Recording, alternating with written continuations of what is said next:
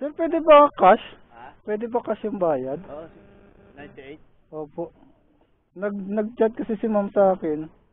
Gcash daw. Unang biyahe ko pa lang po sir. Pang gasolina ko po. So ayan, magandang araw sa inyo guys. Babiyahe na naman tayo ngayong araw. Papunta na ako ngayon sa pick up location. So bali unang booking natin po ngayong araw.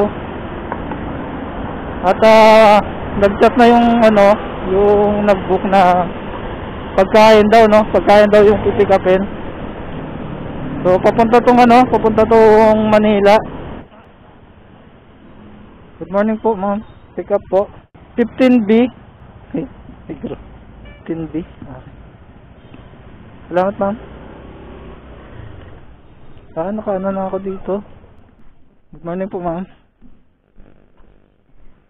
Ito lang po yun. Okay. Salamat po, ma'am. Pagkain.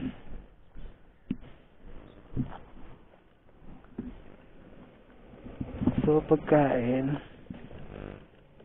Sana di siya matumba.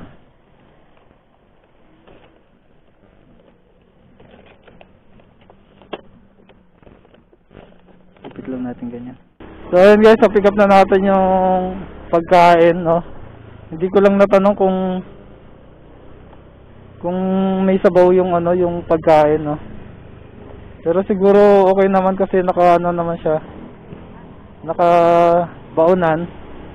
At maganda naman yung pagkakaano niya. Ma'am, salamat po.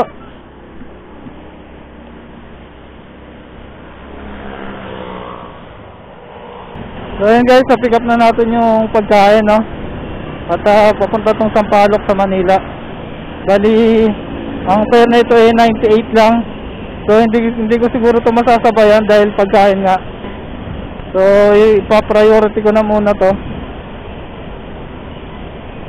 Mamaya na lang tayo siguro mag-double book pag hindi pagkain yung natin, yung nakuha. So ayan guys, malapit na tayo sa drop off. 4 minutes na lang, 1.4 kilometers. At kanina pala, unang booking natin to. So kanina pala, may nakuha akong booking. Bali siya, dalawang drop off. Ang pick up sa may Project 6 papuntang Marikina tsaka Valenzuela, no. So pina-cancel ko yon dahil ang sabi nung nag-book, pagkakuha ko nung booking niya, nag-text na siya na, sir, paki-picturean yung yung tawag dito, paki-picturean yung lisensya mo at ipasa mo sa akin, sabi niya, bago mo pick upin yung item. So hindi ako pumayag, no, kasi unang-una dyan baka magamit sa scam. Alam naman natin na karamihan sa ganyan nagagamit sa scam, no, at walang kalaban-laban yung mga rider dyan pag sa ganyang na sistema. So kaya pina-cancel ko yon. So okay sana yun kasi doble yung SF. 200 lang yun gagawin daw 400. So nagduda na ako agad. So yun guys, nandito na tayo.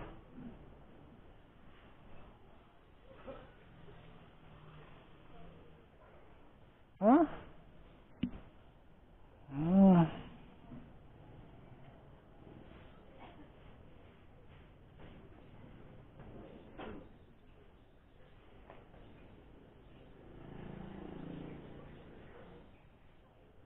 Cash po kailangan ko.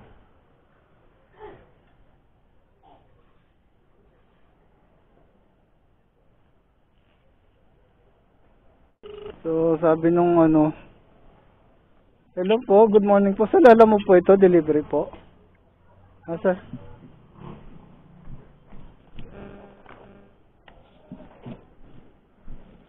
Sir, pwede ba cash? Ha? Pwede ba cash yung bayad? Oo, 98. Opo. Nag-chat kasi si ma'am sa akin. Gcash daw. Unang biyahe ko pa lang po sir. Pang gasolina ko po. 98. Salamat sir. Wala akong dos sir. Hawak na. Salamat po.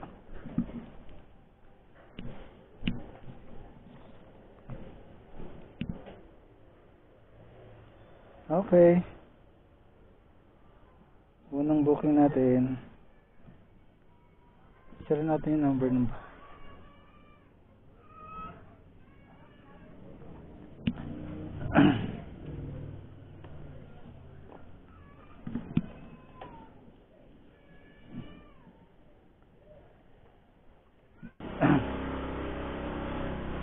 So maghanap tayo ng gasolinahan dahil magagas tayo. Ah, ito pala meron ah.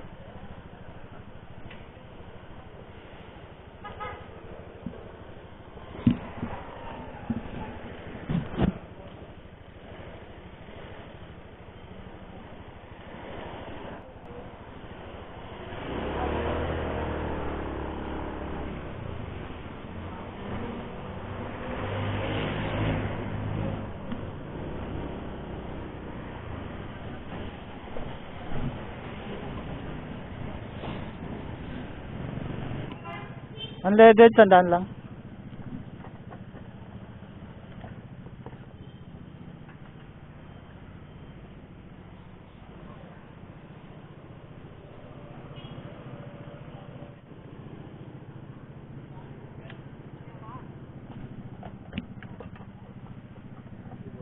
Thank you.